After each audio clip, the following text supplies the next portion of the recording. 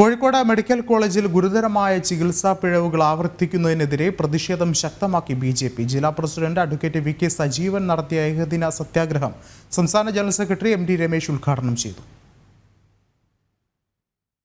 Medical കോളേജിൽ തുടർച്ചയായി ഉണ്ടാകുന്ന ചികിത്സാ പിഴവിൽ മുഖ്യമന്ത്രി ഇടപെടുക, ചികിത്സാ പിഴവിനിരയായ അശ്വിന്റെ കുടുംബത്തിന് മതിയായ നഷ്ടപരിഹാരം നൽകുക, ആവശ്യത്തിന് ജീവനക്കാരെ നിയമിക്കുക തുടങ്ങിയ ആവശ്യങ്ങൾ ഉയർത്തിയാണ് ബിജെപി ജില്ലാ നേതൃത്വം പ്രതിഷേധവുമായി രംഗത്തെത്തിയത്. സ്വകാര്യ ആശുപത്രികളെ സഹായിക്കാനുള്ള നീക്കമാണ് മെഡിക്കൽ കോളേജ് അധികൃതർ നടത്തുന്നതെന്ന് സത്യാഗ്രഹം ഉദ്ഘാടനം ചെയ്ത ബിജെപി സംസ്ഥാന general secretary M T Ramesh പറഞ്ഞു. CPM ഒത്താശയോടെയാണ് നീക്കം നടക്കുന്നതെന്നും അദ്ദേഹം ആരോപിച്ചു. ആതുര ശുശ്രൂഷ കേന്ദ്രമാണ് എന്നാണ് സാധാരണ നാം ആശുപത്രികളെ കുറിച്ച് പറയാം. പക്ഷെ കോഴിക്കോട് മെഡിക്കൽ കോളേജ് കഴിഞ്ഞ കുറച്ചു കാലമായി ആ പദപ്രയോഗത്തിലൊട്ടും സ്വീകാര്യമല്ല. ആതുര ശുശ്രൂഷ കേന്ദ്രം എന്നതിന് പകരം ആരാച്ചാർമാരുടെ കേന്ദ്രമായി ഈ മെഡിക്കൽ കോളേജ് ആശുപത്രി മാറുന്നു എന്നുള്ളതാണ് നമ്മുടെ മുമ്പിലുള്ള അനുഭവം.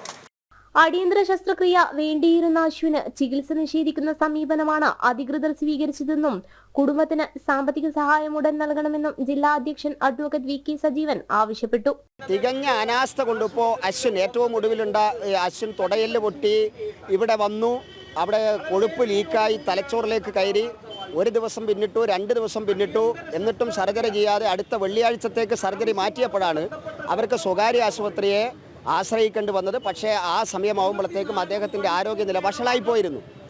ഇങ്ങനെ അശ്രദ്ധ കൊണ്ട് അല്ലെങ്കിൽ ചികിത്സാ പിഴവ് കൊണ്ട് ആളുകളുടെ ജീവൻ അപകടത്തിലാവുന്ന പരിതസ്ഥിതിയിലേക്ക് ഇത്രയും സംവിധാനമുള്ള ആധുനിക സംവിധാനങ്ങൾ ഒരുക്കിയിട്ടുള്ള ഒരു മെഡിക്കൽ കോളേജ് എങ്ങനെ എത്തുന്നു എന്ന് ചോദിച്ചാൽ തികച്ചും സർക്കാരിൻ്റെ അനാസ്ഥയാണ്, സർക്കാരിൻ്റെ കൊള്ളരുതായ്മയാണ്.